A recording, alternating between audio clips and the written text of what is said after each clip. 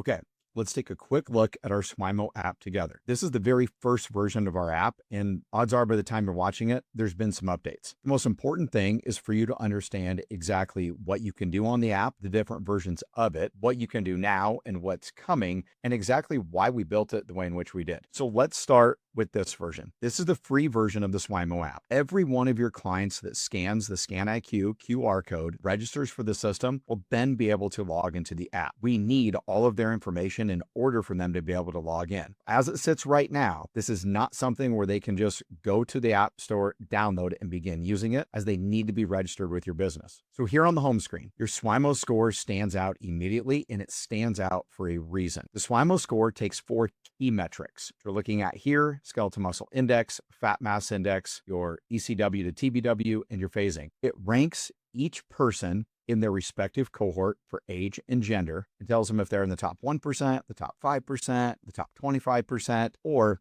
if they're below 50%, that's what we call the growth zone. It's better than saying you're in the bottom 10%, but it's also an indicator that there's probably room to improve. So the SWYMO score takes each one of those metrics, ranks people in their cohort individually, so they have a clear understanding of where they're at in their state of health. And then it also combines all of those for a new score, and that's what you see here. And then it tells you where you rank overall with all of those metrics combined. And that's your SWYMO score. Now, why these metrics? Well, skeletal muscle index is a better indicator of muscle than just the amount of muscle that you have, because it's taking your height and your limb length into effect. So for example, somebody that's 6'5" should probably be carrying more muscle than somebody that's 5'2". And so it takes height into play. Fat mass index takes the same thing into play. Your height along with the amount of fat that you have to get a perspective of if you're carrying the right amount. So those two things are pretty understandable for most people, but the ECW to TBW is a big component to your scans. This can be an indication of inflammatory markers in the body. The higher this number goes, the closer to 0.40 that it goes. Typically speaking, the worse that this is. So we want people to err closer to 0.360, as that's a better indicator of fluid balance in a healthy manner in the body. But your body carries water in 2 places, inside and outside of your cells. And this lets you know if you're carrying water appropriately. And there are so many things that affect this. The answer is usually not just one thing. It could be sodium from processed foods. It could be inflammation in the body from tough workouts, from being sick, from travel. There's so many different things that affect it, but it's an indicator of fluid balance in the body. Phase angle is a measure of cellular health. It measures how well hydrated your cells are. So the fluid balance with the ECW to TBW plays a big role in phase angle, because the more well hydrated a cell is, better it's going to function, right? It also measures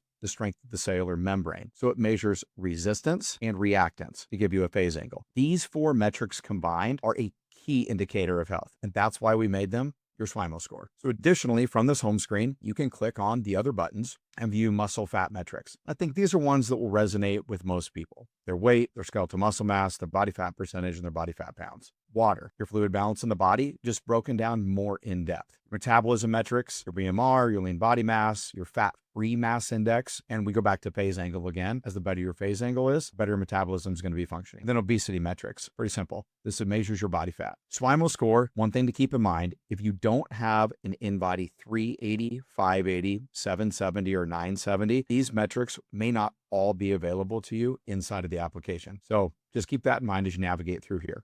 On the home screen, you can also view and share in-body scans. Right now, we have 3 in here ready available for you, which is probably what most people care about. There's also daily tips, which you can turn off in the settings if you don't want to see them. Now, from the home screen, you can click on any one of these cards and view more. So if I click on the SWYMO score, I can see where I rank in my cohort and go back to the home screen. If I want to click on skeletal muscle index, for example, it'll take me to a card that explains what skeletal muscle index is, why it matters, and little tips for me to improve it. So just some simple things to help people understand exactly what these metrics mean. After working with so many businesses, one of the things that we learn is that people want to view their metrics in a simple manner, and they want to be able to understand them. So that's what we've tried to do inside of the SWYMO app. So this is your free version. Things that are coming next: the ability to track habits.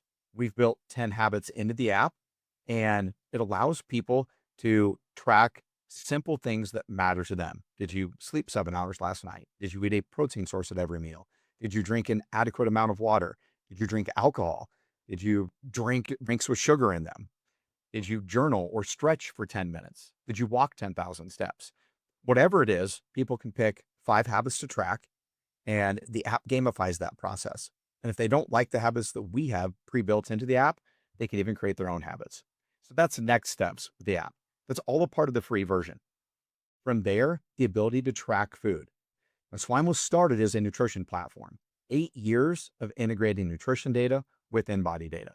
So that's what we call our plus version of the app, the ability to track food inside of it. That's coming in fall of 2026.